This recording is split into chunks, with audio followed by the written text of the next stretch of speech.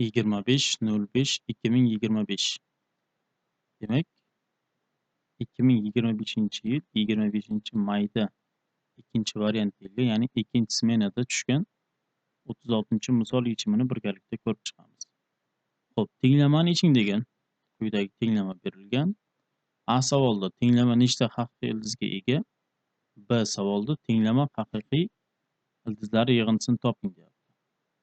Xo'sh, buni nimadan boshlaymiz? Buni mana bu yerda yozuvdan boshlaymiz. 3 plus 2 ildiz 2 bilan 3 minus 2 ildiz 2. Bularning ko'paytmasi 1 ga tengmi?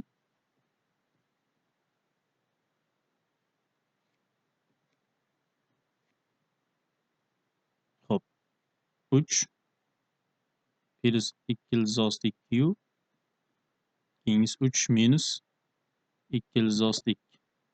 Ichiga teng bo'ladi ko'paytmasi 9 minus 8. Necha bo'lar ekan? 1. Demak, ko'paytmasi 1 ga teng bo'lsa, sonlar o'zaro nima bo'ladi bular? Teskari. Birini t desak, ikkinchisi 1 taqsim t bo'ladi. Xuddi shunday ketadi. Ana endi keyingisi mana bu yozuvga qaraymiz. Xo'p, mana bu yozuvga qaraymiz. Mana bunga 17 qo'shilgan 12 ildiz 2. Bu nimaga teng bo'ladi? Bu 3 plus 2 ildiz 2 ning kvadratiga teng bo'ladi. Mana qavs kvadrati. 3 ning kvadrati 9. Demak, mana bu 8 17 ikkilangani 12 ildiz 2. Bunisi nimaga teng bo'ladi? Bu 3 plus 2 ildiz 2 ning kubiga teng bo'ladi. Mana qavs kubi. Xo'p, tekshirib ko'rishimiz mumkin. Mana bu 27 keyinchi plus 3 ko'paytirilgan mana buning kvadrati 9. 9 kere 3 27 54 ildiz 2 plus keyingisi 3 ko'paygan 3 9 buning kvadrati 8 72 bo'ladimi? Plus 2 ildiz 2 ning kubi 8 16 ildiz 2 bo'ladimi? Ana endi 27 ga 72 ni qo'shamiz. Necha bo'ladi? 99 qo'shilgan 54 ildiz 2 ga 16 ildiz 2. 70 ta ildiz 2 bo'lar ekan. Demak, to'g'ri ekan. Ana endi 3 plus 2 ildiz 2 ni t deb olaylik. Mana 3 minus mana 3 plus 2 ildiz 2 darajasi x ni t deb olyapmiz-da. Shunda 3 minus 2 ildiz 2 darajasi x'imiz nima bo'ladi bu? 1 taqsim t. Bunisi esa mana bunisi esa kvadratiga teng bo'ldi-ku. Demak, bu nimaga teng bo'ladi? T ning kvadratiga. Bunisi kubga teng bo'lgani uchun t ning nimasi bo'lar ekan? Kubi. Ana endi tenglama hosil bo'ladi bizda. Xo'p, t kub minusdan 7t kvadrat, shundaymi? T kub.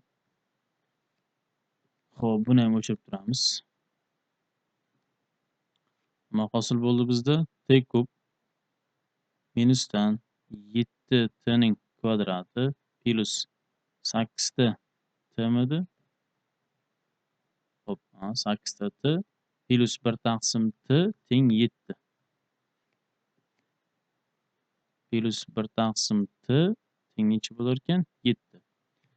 Ana shu yerdan tenglamani ishlaymiz.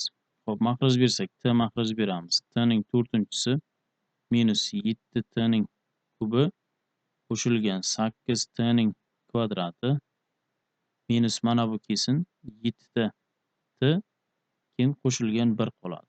Teng 0 ekan. Xo'sh. Tenglamamiz simmetrik ko'rinishda ekan mana. Koeffitsiyenti 1, bu ham 1. Minus 7 minus 7 koeffitsiyent. O'rtada 8 kelyapti.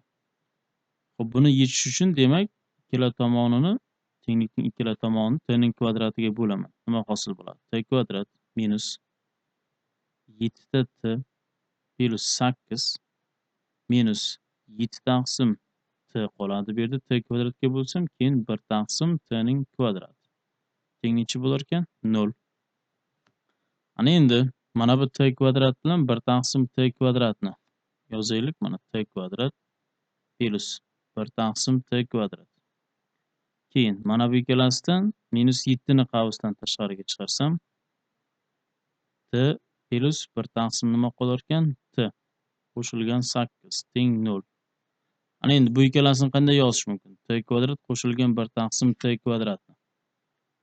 T plus 1 taqsim t ning qavs kvadrati minus 2 bo'ladi. 2 ko'paygan t ko'paygan 1 taqsim t bo'lyapti-da. Keyin minusdan 7 t plus 1 taqsim t plus 8 teng 0.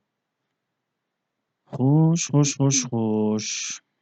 Ana endi bu yerda yana belgilash kiritar ekanman. T plus belgilash kiritish shart emas. T plus 1 taqsim t ning kvadrati minus 7 ko'paygan t plus 1 taqsim t plus 6 teng 0. Misol uchun belgilash kiritsak, t plus 1 taqsim t ni qandaydir a deb oladigan bo'lsam, baribir shu viyetdan foydalanamiz. Ya'ni ildizlar yig'indisi 7 ko'paytmasi 6 bo'ladi-ku. Shuni birdan topib ketaylik. T plus 1 taqsim t 1. T plus 1 taqsim t esa nechaga teng bo'ladi? 6. Yig'indisi 7, ko'paytmasi 6 ga teng bo'lishi kerak. Ana endi t ni topaylik, qani nimaga teng bo'lar ekan? T kvadrat minus t plus 1 teng 0. Diskriminant manfiymi? Hechimga ega emas. Bunisi t kvadrat minus 6ta t plus 1 teng 0. Albatta hammasida t teng emas 0. Mahrajda kelyapti. Xo'p, diskriminanti nimaga teng bo'ladi buning? 36 minus 4. Necha bo'lar ekan? 32. Demak, t1 2 ni hisoblaymiz. t1 2 ni hisoblasak 6 plus minusdan bu 4 ildizi 2 bo'ladimi? Taqsim necha ekan? 2. 2 ga bo'laman. 3 plus minusdan 2 ildizi 2 bo'lar ekan. Demak t1 teng bo'lar ekan 3 plus 2 ildizi 2 ga. t2 teng bo'lar ekan 3 minus 2 ildizi 2 ga. T deb nimani oluvdik biz? T deb mana 3 plus 2 ildizi 2 darajasi x ni t deb oluvdik. Mana shuni oluvdik t deb.